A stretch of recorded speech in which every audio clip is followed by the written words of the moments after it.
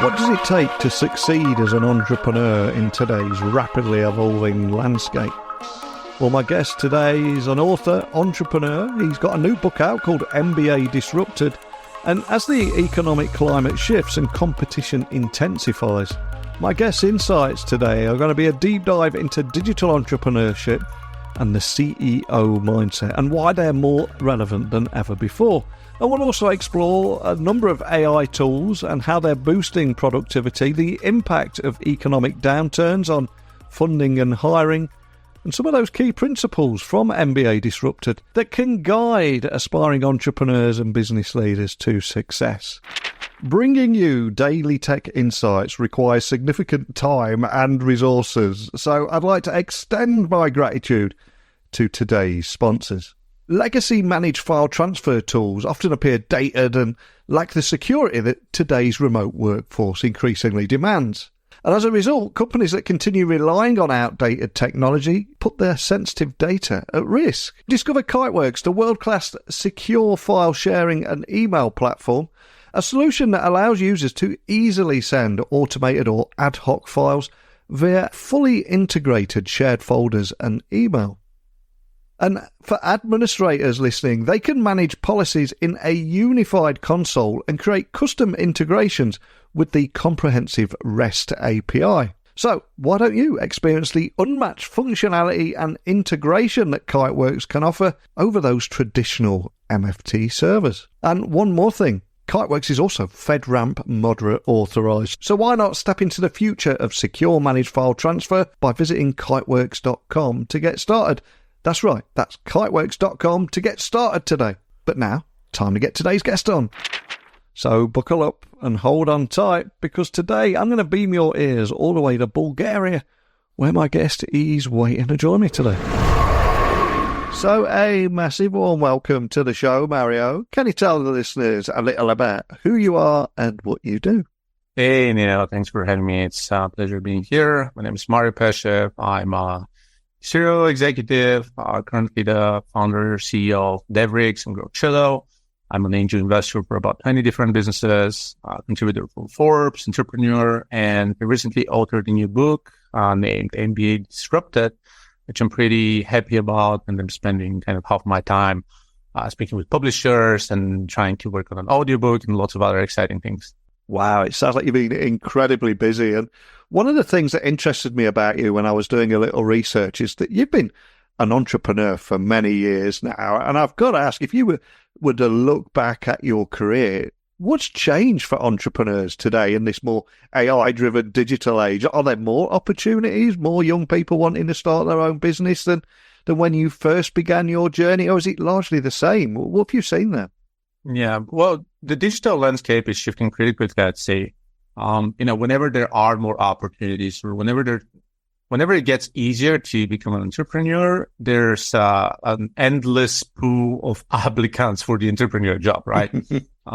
Funny enough, my post the other day on LinkedIn was about Steve Ballmer, who got to the sixth spot of the richest people in the world. Yeah, and Ballmer is right now, I believe, probably the only person in top 10 who is not a founding CEO. He started Microsoft in 1980, joined Microsoft as a CEO, or rather spent 20 years in Microsoft as an executive, but became Microsoft CEO in year 2000 and spent 14 years as a CEO. And, he's not an active executive right now, so to speak, but he never founded a large kind of unicorn or decacorn company, yet he's one of the top 10 richest people on the planet.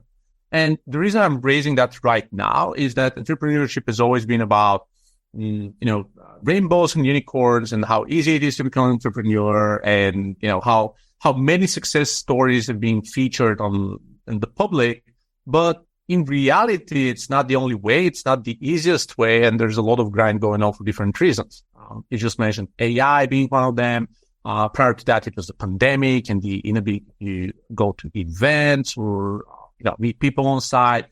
Pre that, it was the endless pile of money distributed and kind of allocated as Series A, Series B, Series C startups.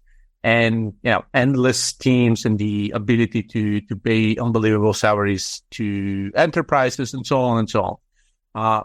Well, bottom line, every couple of years, there's a massive shift to disruption space, and entrepreneurs are always having a hard time catching up to that. Now, for people who are really passionate about entrepreneurship, more than happy to welcome them to our world, help them and support them, and they speak to some great solopreneurs, agency founders, those startup founders. But I'm also always willing to let people know that entrepreneurship is far from easy. There's a lot of grind, especially over the first year, sometimes year two. There are sleepless nights, working long weekends, not taking vacations for a while, the feast and famine cycle. And entrepreneurs are dealing with that pretty much at any point of their entrepreneurship career. And I must warn you that I think I have some form of tech Tourette's, that whenever anybody says to me, Steve Ballmer, I feel compelled to say, developers. Yeah, that's one of the best videos on the planet. I think he probably made that much money because he was essentially the first video influencer on the planet.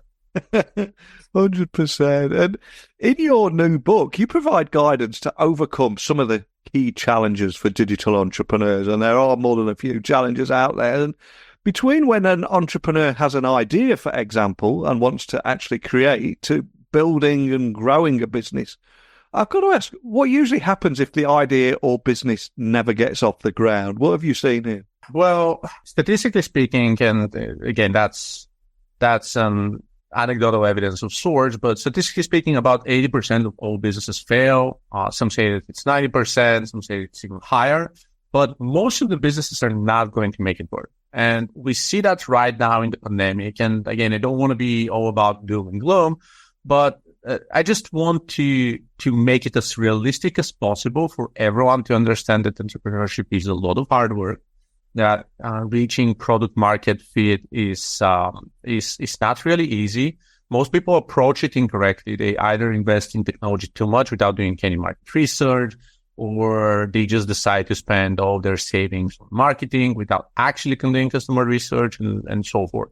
So kind of what I try to do in my book is go through 12 different business models, digital models, such as agencies and e-commerce, drop shipping, communities, memberships, software as a service, and a few more, and kind of go through each of these separately and kind of discuss how to start it the right way, how to conduct the proper market research, how to define your ideal customer profile, defining your niche, doing competitor research, analyzing total addressable market, and so many other different steps, refining your offer, starting marketing about 6 months prior to even launching the product and so forth.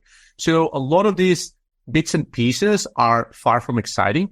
And most businesses are trying to skip them because they're too passionate about, hey, I have a wonderful idea, I just want to build the product, or now I have the audience, I believe I can sell them everything, but eventually they don't do the research.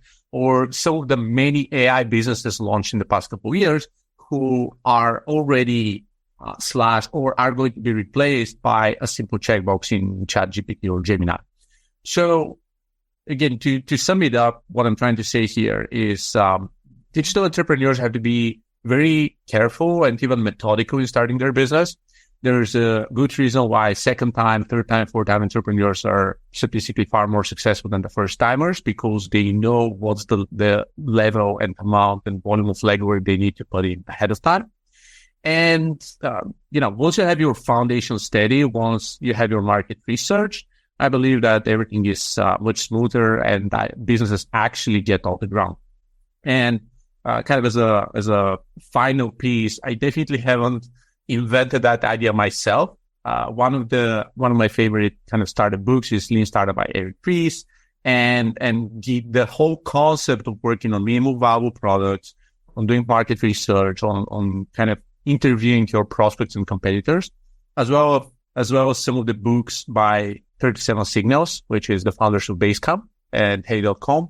They have all doubled down and stressed on the importance of doing the right legwork ahead of time.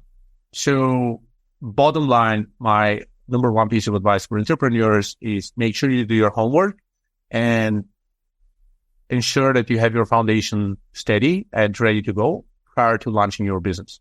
But other than that, again, if you're still determined, if you're not afraid of starting after everything you've heard, I'd be more than happy to see how it all plays out for you in the next year or two. And I think it can be quite overwhelming, the state of the world at the moment, the pace of technological change, etc. But for younger listeners here, I mean, we're both old enough to remember things like the dot-com bubble, digital disruption, economic uncertainty. We've been here many times before. So as someone who advises startups and has owned, operated and successfully sold or exited numerous businesses, what do you think are some of the key factors here in 2024 from an economic perspective that entrepreneurs need to be aware of that might impact their business? Because as I said, these things happen in cycles, don't they? Oh, yeah, they definitely are. And you mentioned the dot-com boom, and then it was a great recession. And we've had some ups and downs over the years. Early on, there was the 70s and dropping the gold standard. Recessions come and go. That's definitely a cyclical thing. Another book and kind of a philosophy of the world that I really enjoy is Ray Dalio's Principles of the Changing World Order, where he analyzed about 500 years of history and empires, kind of leading empires, changing the number one seed of the leading economy, controlling the reserve currency, education and technology and innovation and all that. And that level of kind of cyclical environments is something that's definitely making a difference in understanding how a business works. And again, I don't want to sound like an old person, but the truth is that history is repeating itself. And when we understand that, it's a lot easier to spend more time researching success stories, biographies, case study by successful startups, and even going back in time to Renaissance authors and creators and writers and philosophers and everyone else to understand what's driving economies, what's driving leadership, and even how marketing has started back in the day. And all of this can be applied today because they're essentially evergreen lessons we can learn of. So how does that impact the current economy? Due to that level of cyclicity, there are ups and downs. And right now we're in a down round after everything that happened during the pandemic. So first off, we had, 3 or 4 or 5 years of acceleration of the VC front, meaning that more and more money have been raised to fund startups because there have been lots of success stories that started with nothing and then turned into unicorns or got billions or tens of billions or even hundreds of billions of valuations.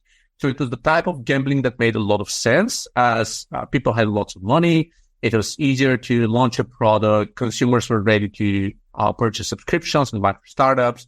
Large corporations were hiring and kind of growing larger businesses by just buying more seats for enterprise level software. And all of these combined contributed to the fact that there was a lot of money in the economy and it was easy to start and launch a startup. Salaries were rising. But right now we're in a reverse cycle. It got too much. During the pandemic, we had work from home. So people saved a lot of money. There were lots of savings from not going outside, not paying for gas, for lunch and all that stuff. There was a lot of money spent on e-commerce due to that. Less time, spent on entertainment, on traveling, and so on. And all these cycles led to, for example, Amazon grew in the matter of 2 to 3 years. They grew from 750,000 employees to 1.5 million employees in just about 2 years. So when you think about how certain markets have completely exploded, it's more than expected that they have to normalize, they have to cut back and do some layoffs and kind of tighten the leash to make sure that the new market makes a lot of sense. So what entrepreneurs need to understand right now is that the economy looks different. It's right now in a down market. We're probably close to the reset. So I expect that reset's happening maybe end of this year or end of Q1 next year. But right now it's a down market, meaning that VC funding is really hard to raise right now. Salaries are on the rise. So if you're hiring, that's great because there are more opportunities. It's easier to hire people due to the layoffs. But also business is harder to acquire. Sales deals are taking a lot longer. price range. I'm speaking to other agencies and see some in my portfolio. They've been decreasing their standard hourly rates, retainer packages, or maintenance packages because it's harder, more expensive. Consultants, coaches, advisors, they have cheaper plans, lightweight plan. They have some discount because there's less money cycling in the economy right now. So as long as you understand the current shift of the economy, whether we're in a bear market or a bull market, and you're able to control that alongside with your audience, you should be good to go. Just make sure you don't have false expectations at the time. And we're talking today, right, in the height of summer here in the UK. Obviously, you're in Bulgaria, and holiday shopping is 6 months away, and Black Friday months away. All seems a long way off at the moment, but I think it's important to mention here, Prime Day here in July is often seen as the almost early kickoff to the holiday season, even though it's in the summer. So do you have any recommendations for e-commerce startups that maybe want to make an early impact on their sales this year? Yeah, so Prime Day is definitely one of the biggest shopping events out there, especially when it comes to direct-to-consumer and acquiring physical products.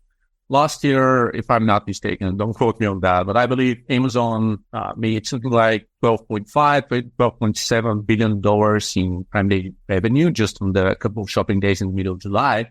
And right now they're projected to do a little over 30 billion or maybe even over 40 billion. We are yet to see just now. But Prime Day is definitely one of the key cyclical events. If you're into shopping, if you're into e-commerce and kind of your business is related to that, it's definitely your, one of the most important events you need to care about. However, it's also worth noting that not everyone is in the e-commerce space, right? There are SaaS providers, agencies, and membership sites and whatnot. So other businesses may not see that specific peak from the economy because stores that are currently trying to make money on Prime Day are not investing as heavily into, let's say, branding or Amazon ads or server scalability and stability or, email marketing and so forth. What we see here is that all of that vendorship spend has been decreased over the past year. And right now, consumers and store owners are just being careful and trying not to overinvest because they're conserving cash because they don't know when the economy is going to get better. So bottom line, based on our predictions and kind of our forecast and the data that we see across our portfolios here, we do believe that Prime Day is going to be better than last year. So it is going to generate more revenue in terms of more GMV on Amazon's end. But when you account for inflation and price consumer index and everything else, that's probably not going to make such a significant impact over the summer for more businesses out there. So most of the B2B and B2C businesses we see, they are still buckling up and waiting for September to get closer to Q4 and the longer shopping season. That's going to make a more dramatic difference for most. And another thing that stood out to me when I was reading some of the background on you is how, for new digital entrepreneurs, the fact that developing a CEO mindset is so important. So can you expand on that and any tips that you have that might help them gain those leadership skills that they need to succeed? About a decade ago or so when I started watching Shark Tank, well, I guess it should have been earlier because it's probably 14 or 15 years ago. And of course, I've seen episodes of Dragon's Den, but unfortunately, it just wasn't too popular here. So apologies to the UK watchers here. I do recognize you, and I understand you invented that. So I'll credit where it's due. But when I watched Shark Tank back in the day, Robert Bergevin said that all founders are paranoid, and he as a founder was extremely paranoid, and that's kind of one of the key qualities that make a founder great. And at first, it sounded a bit extreme, right? We don't want to observe all the lunacy going in the digital space or just in the business ecosystem. But when you think about it, all that cyclical movements and how businesses are shifting and how much innovation is going on, how many disruptive technologies are coming up, especially over the past, let's say, 20, 30 years. 20, 25 years ago, we didn't even have widely accessible internet connectivity. Right. About 25 years ago, I was still We had a very cheap dial-up modem at home. It was a duplex, so we had to coordinate that with our neighbors, making sure they can use the phone number. It was extremely slow. You couldn't even download an MP3 file, which was taking like 4 to 5 minutes for a single song. And that was a quarter century ago. It wasn't that long ago. And over the past 25 years, all that gained mass adoption.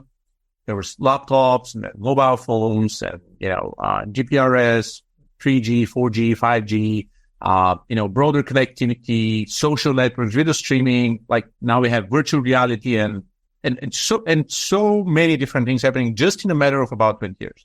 So unless founders are really paranoid, as Robert said, it's really hard to just stay afloat. And understanding that business is a long sequence of ups and downs, a lot of grind, a lot of persistence and perseverance. Most of the time, things are not going to go your way. You have to admit and you have to accept that you need to delegate. Things are not going to be perfect. The customer is, if not always right, at least always the most important person in the room. And so many different shifts and paradigms that we as human beings, and due to our ego and the way that we've been raised and being taught and being kind of nurtured by our own parents or the society, we're not taught to accept and recognize. So this is why, again, in MBA Disrupted, I'm talking a lot, and that's kind of one of the first chapters, is the CEO mindset, because this is the most important thing to learn. And probably the best reference I could make is to some of the world leaders who were not kings or presidents. I'm talking about Martin Luther King Jr. or Mahatma Gandhi, some of these leaders who were sacrificing themselves, who were passionate about their communities, were doing things not because of themselves, not for their own good, but for the great of the community, who were solving real problems, who were uniting people, who were giving hope. And all these principles are critical to becoming a CEO and elevating and putting the business above yourself, and understanding that essentially you're probably the least important person in the room. You can't do anything without your team. You can't do anything without your customers. You can't do anything without your partners. You rely heavily on media, on journalists, on PRs, on everyone else. Just that level of humility combined with endless perseverance and faith and hard work are some of the key traits that executives need to have. And if you take a look at some of the best executives on the planet, they all share these traits. And this is what helped them go through the tough moments and turn their businesses in what they are today. And as this is a tech podcast, it's almost the law now in 2024 that I have to mention AI. But for business leaders, especially those with smaller teams or even solopreneurs that could be listening to our conversation today, trying to work out how they can use it, how do you see them using automation tools and AI to make their work more efficient and their time more productive? Anything you can share around how you're using it or how you'd recommend other people use it? Of course. We do a lot of things there to incorporate AI. First off, we have all the popular chatbots such as ChatGPT, Gemini, Claude, and even Grok by X. We use them for different purposes to tap into different kind of data sets. We also use Perplexity to pull different scientific data and better verified and vetted studies. So I just want to pay a lot of attention to this at the same time. So 3 different sources, or rather how I would differentiate the core leaders in the space. First off, ChatGPT can grow and source the internet. Nowadays with GPT 4.0. So it's pretty important because we can do a lot of research that's consolidated. Like, hey, give me the best agencies, vendors, something on the planet in that category with the best ratings and reviews, and so on. So that level of research, our agency business this year has been receiving lead submissions and RFPs from people who found this through ChatGPT. So that's very important to understand. Now, GPTs are essentially a search engine. So that's very important. Claude is one of my favorite chatbots, by the way, one of my favorite GPTs. And I'll tell you why. Claude is my best assistant in breaking down business requirements and creating business plans and specifications and everything else. What do I mean here? Now, we had a meeting with our account managers the other day, and we were working on kind of new service propositions and kind of breaking down the project. And I went to Claude and said, hey, act as a business developer or project manager, executive, VP of something here. And kind of give me a breakdown, like this is a scope, clients coming up with these requirements, they want the, community side, membership side. Give me a breakdown, kind of what are different steps, what are different people, what are different needs, and kind of what's the standard breakdown in terms of pricing. So with just a couple of follow-ups, we actually had average pricing tiers for these packages, actual and realistic market-based pay, estimates on effort and labor for conducting some of these. And that's something you can get with 2 or 3 prompts right now. So the level of research, the level of brainstorming and kind of building specifications, financial predictions, business plans, even presentations for businesses is just paramount. We use different things. I use Opus Clip for turning long form videos into shorter clips for social media. That's very important and something I use heavily. I use Postwise for creating content for social. So based on certain ideas, it can follow up certain groups. Same goes for Tapio on LinkedIn and lots of other topical niche specific tools that solve different problems in different needs. I make sure I research the availability and what's being present and what's being available in AI features integrating to tools I use, such as Asana or Slack or Notion or some of the other systems, because right now Slack can summarize data and information from your conversations or from an entire chat, which is incredible. Same goes for Gemini.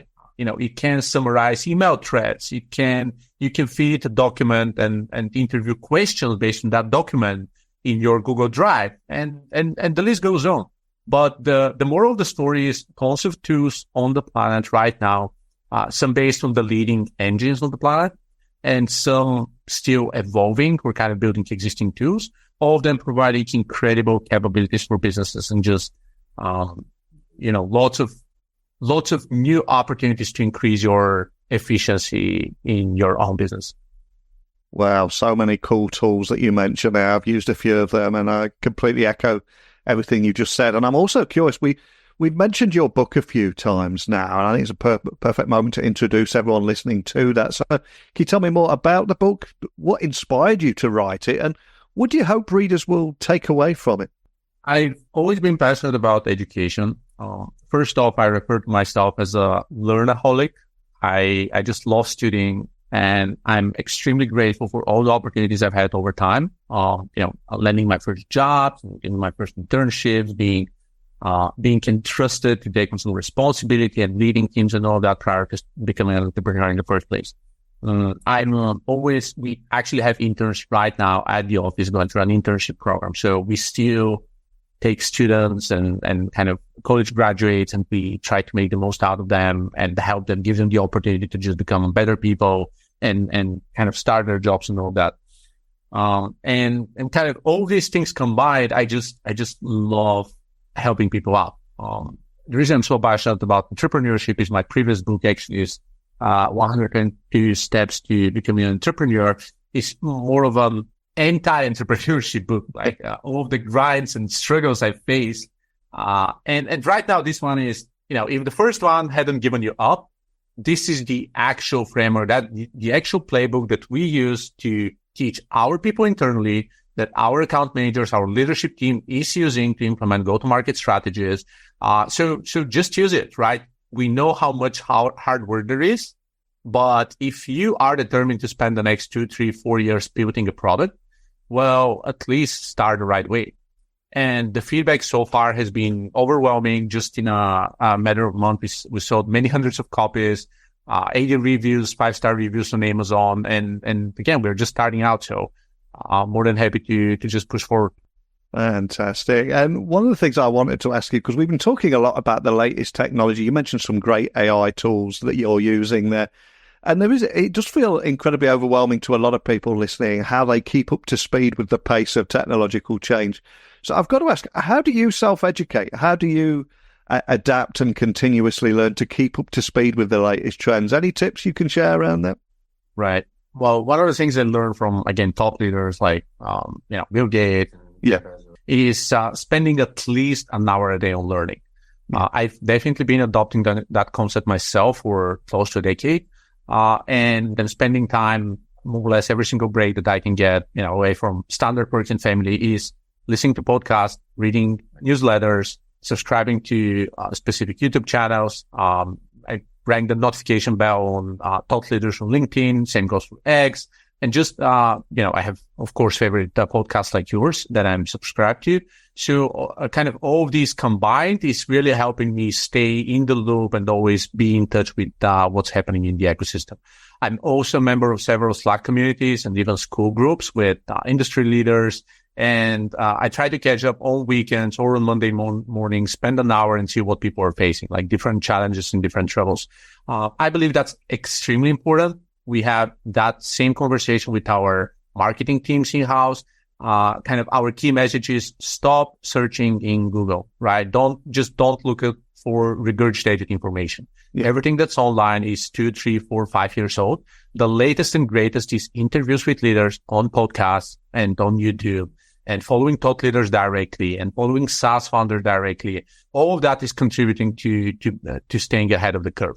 Otherwise, you'll always be, 2, 3, 4 years behind.